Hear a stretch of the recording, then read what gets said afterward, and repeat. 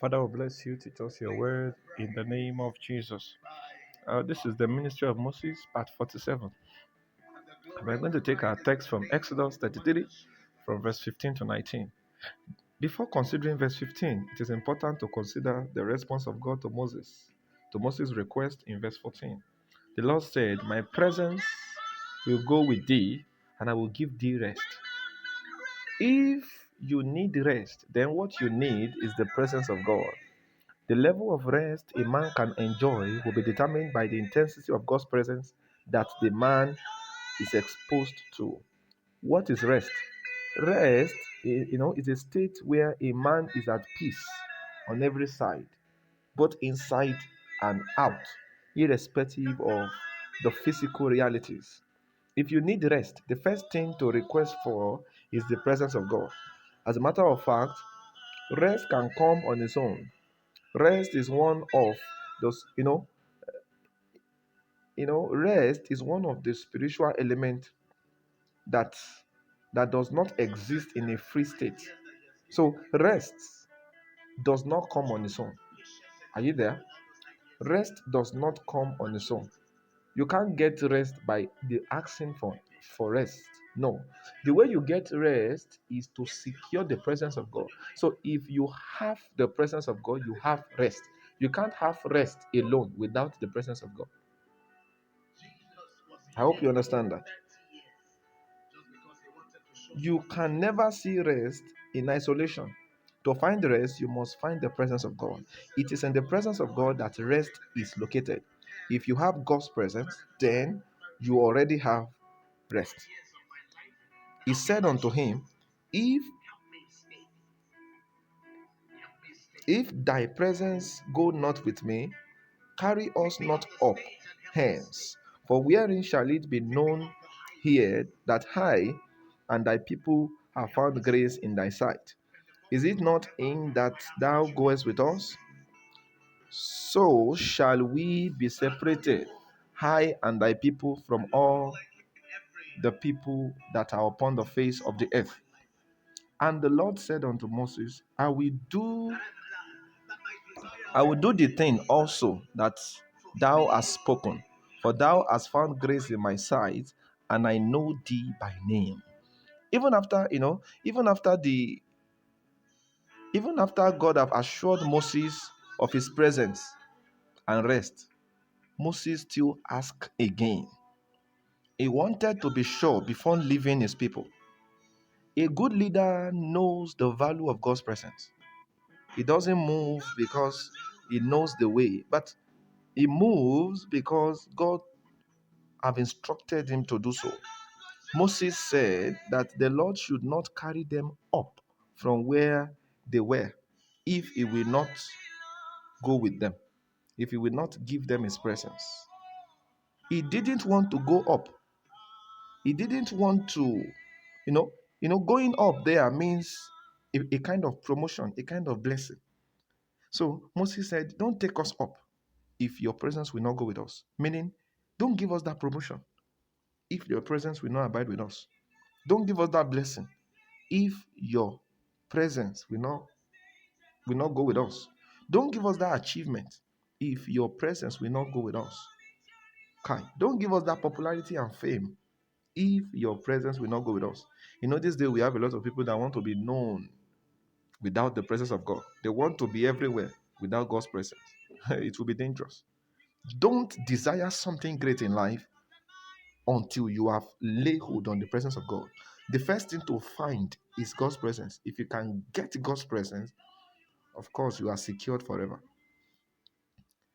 Moses was not carried away by the goodness of a thing, but instead he was more concerned by the godness of the thing. Moses knew that nothing good and godly can be sustained and maintained without the presence of God. If that thing you enjoy comes from God, or if that thing you expect will come from God, then you will need the presence of God to keep and maintain it. Anything gotten from God will need God's presence to be kept and maintained. God's presence is a preserver. It preserves everything we get from God. This is why Moses wanted God's presence by all means. He knew that is the only true means of preserving godly virtues and inheritance. The presence of God in the life of a man is a proof that the man has found grace in the sight of God. If you have found grace in the sight of God, you don't need to tell us. The presence of God around you will prove it. If someone says he has found grace in God's eyes and you cannot notice the presence of God around him, then such a person is lying. According to verse 16, the presence of God separates a man from others. It separates a man from the multitudes.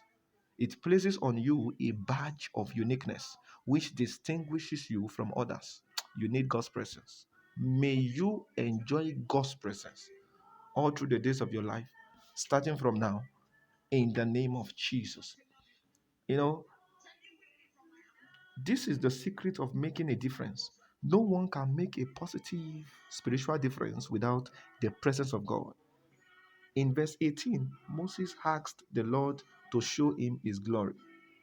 Let us consider verse 19 to 20.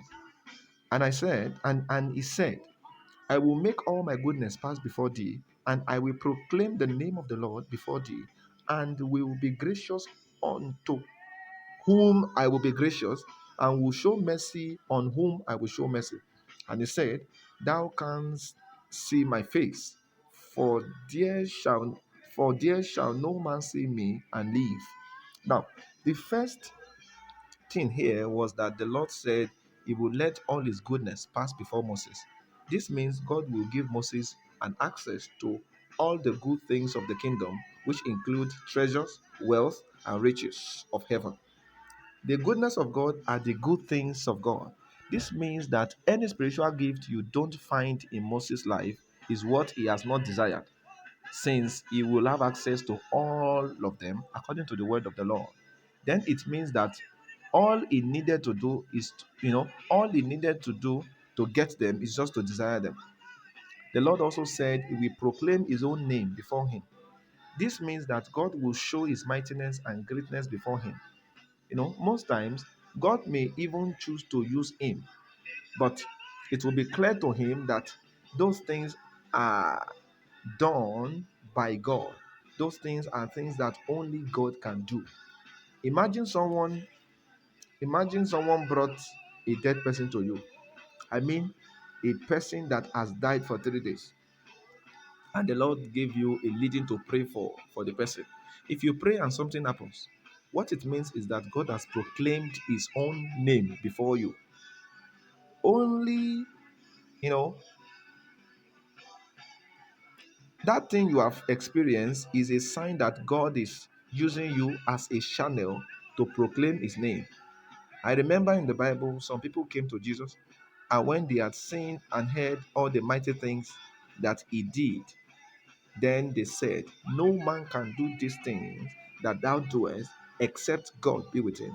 But when it comes to mercy and grace, God didn't promise anybody, because those two economies are regulated by the will of God.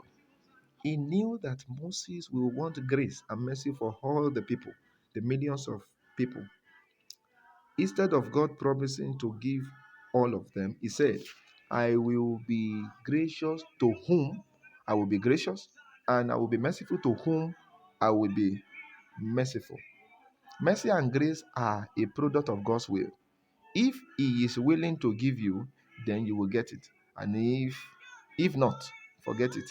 May you be part of the may you be part of the few individuals that will enjoy the mercy and the grace of God continually, in the name of Jesus. This is the wisdom of God. Don't sell it.